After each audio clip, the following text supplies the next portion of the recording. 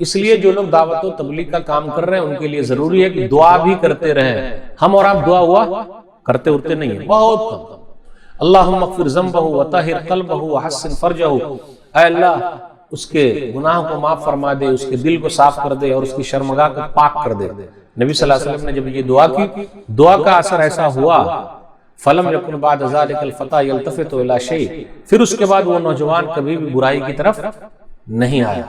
तो ये अंदाज है। हमें और आपको दावत व तबलीग की अहमियत समझनी पड़ेगी।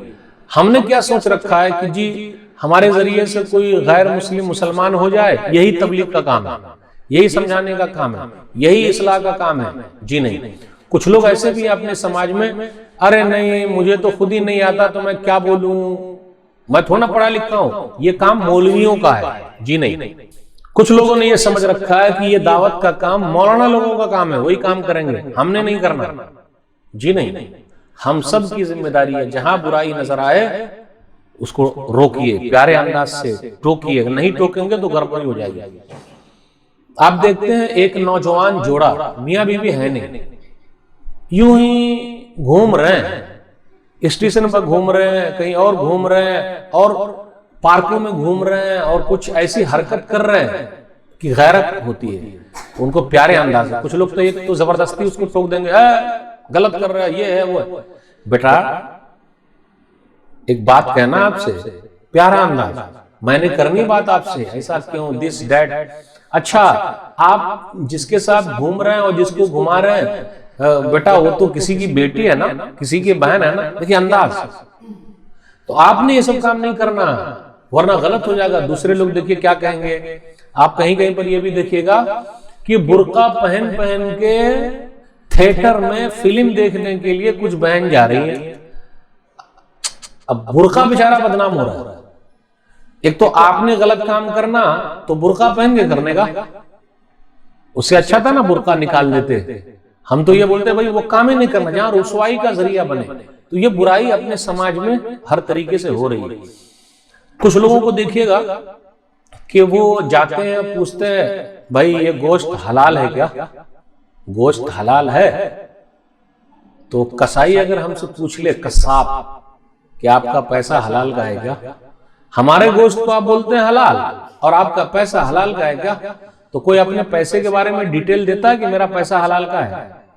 आज तक किसी ने नहीं दिया, नहीं दिया। तो क्या होता, कुछ लोग बुराई को सुनना नहीं चाहते कि नहीं, और जबकि वो बुराई उसके अंदर मौजूद है। हर तरह की बुराई है, हर एक के अंदर है, हर एक के अंदर कमी है, लेकिन उस कमी को दूर करने का भी तरीका प्यारे अंदाज का होना चाहिए। तो उसके लिए जितना ज्यादा फिक्र करेंगे उतना फायदा है। अगर फिक्र नहीं करेंगे तो नुकसान है। नुकसान क्या होगा? नुकसान हम और आप देख ही रहे। भारत देश में मुसलमानों ने लगभग 1000 साल तक हुकूमत की है, और अभी भारत देश जो अपना आजाद हुआ है सन 1947 में, अभी हम और आप 2016 में चल रहे हैं। मुसलमानों के खिलाफ जो मामलात हैं भारत देश में, उसकी सबसे बड़ी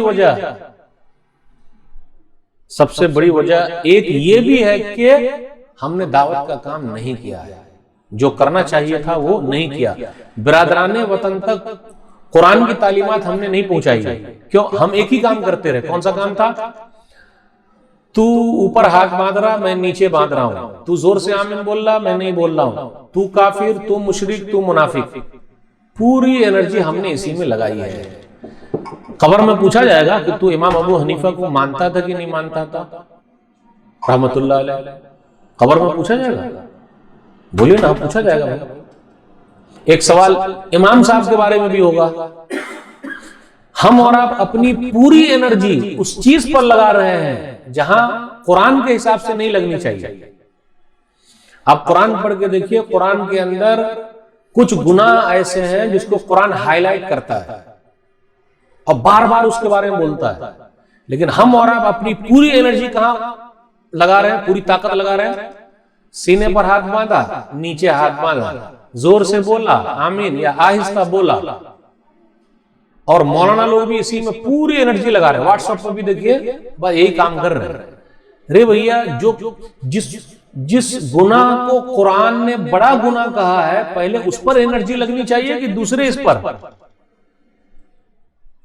लोग पूछते हैं मौलवी साहब मुशरिक को सलाम करना कि नहीं करना? अरे भैया किसने कहा है आप उनको मुशरिक और काफिर बोलिए? किसने कहा है? देखिए हमारा भी अंदाज बहुत गलत, बिदअती है। अरे किसने कहा भाई? कहां से लेकर आया? तो पूरी एनर्जी हम और आप ऐसी जगह पे लगा रहे हैं जहां हमारी एनर्जी नहीं लगनी चाहिए। पता ये चला कि हमें और आपको दावत व तबलीग के सिलसिले में कुछ चीजों में बहुत कुछ सीखना पड़ेगा, तब काम हो पाएगा। पहले ही हमने किसी को काट दिया कि ये ऐसा है, ये ऐसा है, वो ऐसा है, वो ऐसा है, तो चलेगा। एक बीमार डॉक्टर के पास जाता है तो डॉक्टर साहब उसको भगा देते, चल भाग, भगा देते हैं डॉक्टर साहब। तो डॉक्टर को आपने देखा, भगा दो, चल भाग, एड्स का मरीज है, भाग। ये तंबाकू पूरा खाया और पूरा यहां से कटवा लिया, चल भाग। कैंसर का मरीज है, चल भाग। डॉक्टर को आपने देखा भगाते हुए? तो ये दीनी डॉक्टर है। दीनी डॉक्टर को भी बीमार के साथ कैसे रहना चाहिए? वो दीनी एतबार से बीमार है तो आप जिस्मानी डॉक्टर की तरह रहिए। कितने मुस्कुरा के बात करते हैं। डॉक्टर साहब अगर मुस्कुरा के बात करे तो हमारी बीमारी खुद ब खुद कुछ ना कुछ कम होती कि नहीं होती? बोलिए। ओहो डॉक्टर साहब पूछ लिया, हम तो जरा घबरा रहे थे। हाँ बिल्कुल सही हो जाएंगे आप। क्या बीमारी है आपको, बोलिए। देखा यही है तौर तरीका प्यारे अंदाज से बात करने का। आपकी जबान में भी जादू होना चाहिए और आपके कला में भी जादू हो, बात करने के अंदाज में, कि सामने वाले का दिल मोह ले। प्रधानमंत्री जी का एक जुमला बहुत मशहूर है। प्रधानमंत्री जी, मोदी जी क्या कहते हैं अपने बारे में कि मैं प्रधानमंत्री नहीं हूं। क्या हूं मैं प्रधानमंत्री नहीं हूं, बल्कि मैं प्रधान सेवक हूं। सैयदुल कौम खादिम हूं। कौम का सरदार कौम का खादिम होता है।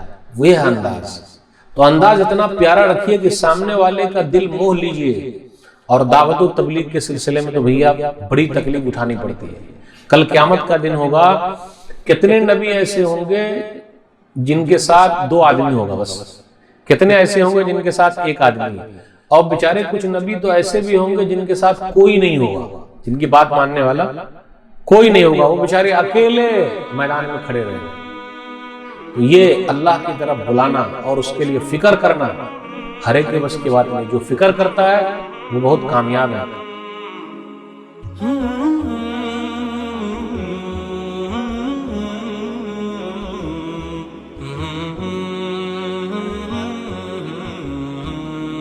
सब्सक्राइब कीजिए हमारे चैनल और दबाइए बेल का आइकन ताकि आपको रेगुलर नोटिफिकेशन अपडेट्स मिल सके।